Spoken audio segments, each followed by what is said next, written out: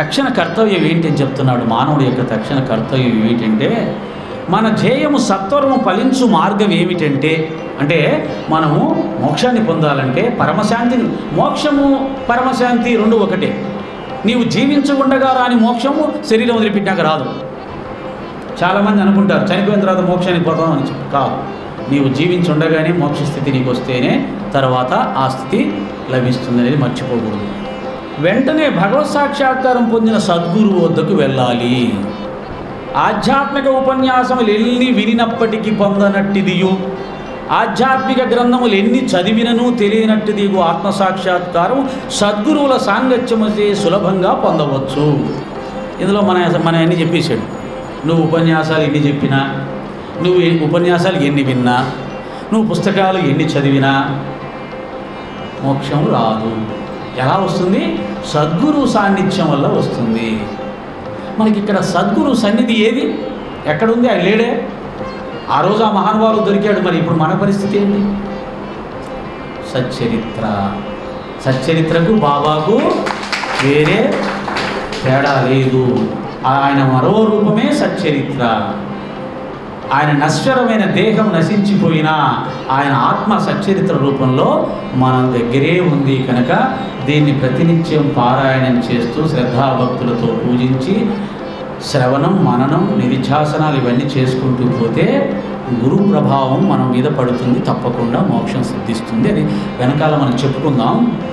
ఇది మిగతా వాళ్ళకండి. మిగతావి ఆధ్యాత్మిక గ్రంథాలు.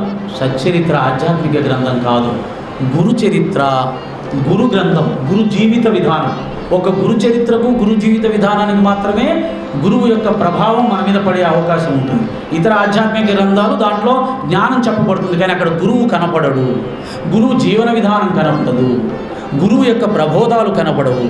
కనుక దాని ప్రభావం మామూలుగా మన మీద అంత ఎక్కువగా ఉండదు. అన్ని ఆధ్యాత్మిక గ్రంథాలే, కానీ గురువుల చరిత్ర, ఒక గురు చరిత్ర కావచ్చు, ఈ యొక్క ఇది గురు చరిత్రే. ఆధునిక గురు చరిత్ర అంటారు సచ్చరిత్రని, ఆధునిక గురు చరిత్ర. బాబా రానంత వరకు శ్రీపాద శ్రీవల్లభ స్వామి, నృసింహ సరస్వతి స్వామిల జీవిత చరిత్రలే గురు చరిత్ర. బాబా వచ్చాక ఇది ఆధునిక గురు చరిత్ర. ఆ గురు చరిత్ర ఏ విధంగా ఫలితాన్ని ఇస్తుందో ఈ గురు చరిత్ర కూడా ఆ విధంగానే ఫలితం ఇస్తుంది. దీని సరి మనం పొరపాటు పడకూడదు. గురువు లేడే మనకు, ఈ గ్రంథపారాయణంలో ఏమి రాదని చెప్పారే అని మనం బలహీనపడాల్సిన అవసరం లేదు. నక్షత్రములన్నీ కలిసి ఇవ్వలేని వెలుతురు సూర్యుడెట్లు ఇవ్వగలుగుతున్నాడో అట్లనే ఆధ్యాత్మికోపన్యాసములు, గ్రంథములు ఇవ్వలేని జ్ఞానాన్ని సద్గురువు విప్పి చెప్పగలడు. సచ్చరిత్రలో బాబాల విప్పి చెప్పాడు. జాగ్రత్తగా పరిశీలిస్తే ఆ యొక్క సాధనా మార్గాలు మనకు దొరుకుతాయి. యద్భావం తద్భవతి. నేను సాధన చేయాలి, నేను తరించాలి, నాకు సాధనా మార్గం ఇందులో ఎక్కడుంది అని మనసు పెట్టి ఎదిగితే సాధనా మార్గం వస్తుంది. నా కోరికలు తీరాలి, నా కోరిక తీర్చడానికి ఇందులో ఎతికితే పేజీ తీయగానే నీ కోరికకు సంబంధించిన సమాధానం అందులో వస్తుంది. కనుక నువ్వు ఏది ఎత్తుక్కుంటే అది ఇందులో దొరుకుతుంది. నీ కోరికను బట్టి అది లభిస్తుంది. వారి చర్యలు, సామాన్య సంభాషణలే మనకు మౌన ప్రబోధాలు. బాబాగారి జీవన విధానం, వారి మౌనమే వారి యొక్క సామాన్య సంభాషణలు. మామూలుగా మాట్లాడుతూ ఉంటుండే కూడా అందులో నుంచి మనకు గొప్ప జ్ఞానం వచ్చేస్తుంది అని తెలుస్తుంది. శాంతి, జాగ్రత్తగా విందాం. శాంతి, క్షమ, వైరాగ్యం, దానం, ధర్మం, మనోదేహాలను స్వాధీనమందించుకొనుట, అహంకారము లేకుండుట మొదలగు శుభలక్షణములను వారి ఆచరణలో చూచి భక్తులు నేర్చుకుంటారు. మనం ఇప్పుడు సచ్చరిత్ర ద్వారా నేర్చుకోవాల్సింది, సచ్చరిత్ర బాబా గారు కదా, వాటి సచ్చరిత్ర ద్వారా మనం నేర్చుకోవాల్సింది ఏంటో చూస్తే శాంతి. ఎల్లప్పుడూ శాంతంగా ఉండాలి. కోపం వచ్చిందా నువ్వు ఫెయిల్ అయిపోయావు, గుర్తుపెట్టుకోవాలి ఎప్పటికప్పుడు అందరం. క్షమ, ఎవరైనా తప్పు చేస్తే వెంటనే క్షమించి వారిని ప్రేమతో హక్కున చేర్చుకోవాలి. ప్రేమతో హక్కున చేర్చుకోవాలి. క్షమించాను పో, ఇది కాదు, ప్రేమతో హక్కున చేర్చుకోవాలి. బాబా తత్వం ప్రేమతత్వం కదా, కాబట్టి క్షమించి ప్రేమతో హక్కున చేర్చుకున్నప్పుడే నువ్వు బాబా భక్తుడు అవుతావు. వైరాగ్యం, అన్ని విషయాల యందు, సంసారమందు, విషయవాసనల యందు, మాటల యందు అన్ని విషయాలను ఇది అని ఏమీ లేదు. మంచి చెడు దేన్ని కూడా మనం దీంట్లో తీసుకోవాల్సిన అవసరం లేదు. నాకు ఇక్కడ జరుగుతున్న మర్యాదలు ఎందుకు కానీ, లేదా ఎవరైనా నన్ను అమర్యాద చేసినా కానీ వాటిని మళ్ళీ నా మనసులోకి తెచ్చుకొని మననం చేసుకో. సచ్చరిత్రలో ఉన్న జ్ఞానాన్ని మననం చేసుకోవచ్చు, కానీ లౌకిక విషయాలను మననం చేసుకోకూడదు. నిజమైన భక్తుడు జ్ఞాని ఎలా ఉంటాడంటే ఆ ప్రజెంట్ టెన్స్లో ఉంటాడంట. అంటే అప్పుడు ఏముందో ఇలా చూస్తున్నాడు. పిల్లవాడి మనస్తత్వమే భక్తుడి మనస్తత్వం, జ్ఞాని మనస్తత్వం.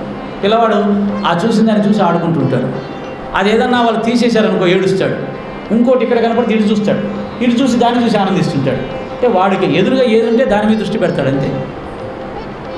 అది పోయిందే, ఇది కొత్తగా వచ్చిందని ఏడాడు, దీన్ని చూసి ఆనందిస్తాడు. ఇది తీసేస్తే మళ్ళీ ఏడుస్తాడు. ఇంకోటి ఇది కూడా అంటే దీన్ని తీసుకొని ఆడుకుంటాడు.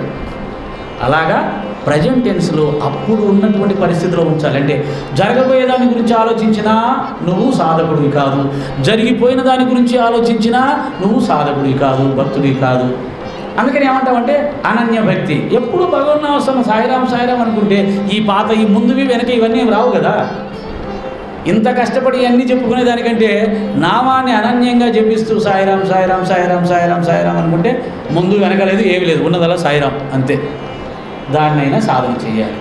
వైరాగ్యం, అటువంటి వైరాగ్యం రావాలి. దానం, నీకున్నదాన్ని ఇతరులకు విరివిగా సంతోషంగా దానం చేయాలి. బాబా ద్వారా మనం నేర్చుకున్నది అదే. సంతోషంగా దానం చేస్తాం, ఎక్కువగా చేస్తాం. ఎందుకని ఈరోజు నువ్వు ఇస్తున్న దానమే రేపు 1000 రెట్లు ఫలితం ఇస్తుంది. రైతు ఏ విధంగా విత్తనము నాటితే ఒక విత్తనము 1000 విత్తనాలను 1000 గింజల్ని ఎలా సృష్టిస్తుందో అలా నువ్వు చేసిన దానం 1000 రెట్లు వస్తుంది. ఈ సత్యం బాబా వల్ల మనకు తెలిసింది కాబట్టి దానం విరివిగా చేస్తాము. అది గురువు ద్వారా మనకు తెలపబడిన సత్యం. కనుకనే అందరం అంత చక్కగా భోజనాలు పెడుతున్నాము, జీవరాశులకి ఇలా దాన ధర్మాలు చేస్తున్నాం, ఎన్నో చేస్తున్నాం. సాయి భక్తులు ఎన్నో చేస్తున్నారు. ఇవన్నీ కూడా వెతికిపోయి అన్నదానం చేసి వస్తున్నారు. ప్యాకెట్లు చేసి బీదల కోసం ఎక్కడెక్కడ ఉన్నారో, ఏ బస్టాండ్లో ఉన్నారో, ఏ రైల్వే స్టేషన్లో ఉన్నారో ఎతికి దానం చేస్తున్నారు. ఇంత గొప్ప దయాగుణం, దానగుణం అదిగో సద్గురు సన్నిధానంలో నుంచి మనకు రాబడింది. కనుక సద్గురు నుంచి ఇవన్నీ మనం నేర్చుకోవాలి. ధర్మం, ఎంత కష్టమైనా ధర్మం తప్పకూడదు. మనకు చాలా నష్టం వస్తుందన్నా ధర్మం తప్పకూడదు, చాలా బాధ కలుగుతుందన్నా ధర్మం తప్పకూడదు. ధర్మం ఎప్పుడు కఠినంగానే ఉంటుంది.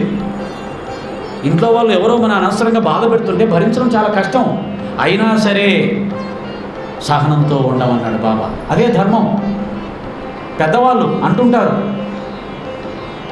పడాలి, పెద్దవాళ్ళంటే పడాలి అనే ధర్మం. పెద్దవాళ్ళు తిరిగి బాధ పెట్టకూడదు, కానీ మనకు వెంటనే వస్తుంది. తల్లిలో తండ్రిలో బాధ పెడితే ఈరోజు కోపడని కొడుకులు ఎవరు లేరు. వాళ్ళు నిజంగానే విసిగిస్తుంటారు. కానీ అలా కోపంగా అంటే ఆ పెద్ద వయసు ఎంత బాధపడుతుందో. పెద్దవాళ్ళు ఎప్పుడు ఏం చేస్తారంటే పిల్లల దగ్గర నుంచి ప్రేమను కోరుకుంటారు, గౌరవాన్ని కోరుకుంటారు. మేమేమైనా చెప్తే వినాలనుకుంటారు. ఒకవేళ చెప్పింది నచ్చకపోతే వాళ్ళు నెమ్మదిగా ప్రశాంతంగా చెప్పాలనుకుంటారు తప్పితే ఎవరో పక్కింటి వాళ్ళని వేరే వాళ్ళని కసురుకున్నట్టుగా కసురుకోవాలని ఏ పెద్దవాళ్ళు అనుకోరు.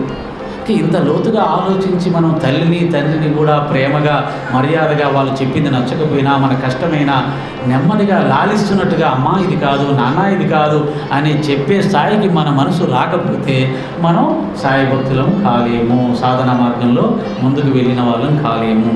ప్రతి ఒక్కరూ పడిపోతున్నది ఇంటి దగ్గరే.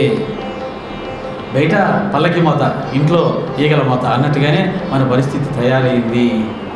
శ్రీరామచంద్రమూర్తిని లక్ష్మణస్వామి, భరతస్వామి చూసుకున్నట్టుగా అన్నపైన అంతటి ప్రేమను, అంతటి గౌరవాన్ని చూపించే అన్నదమ్ములు ఎక్కడైనా ఉన్నారా మనకు ఈ రోజుల్లో?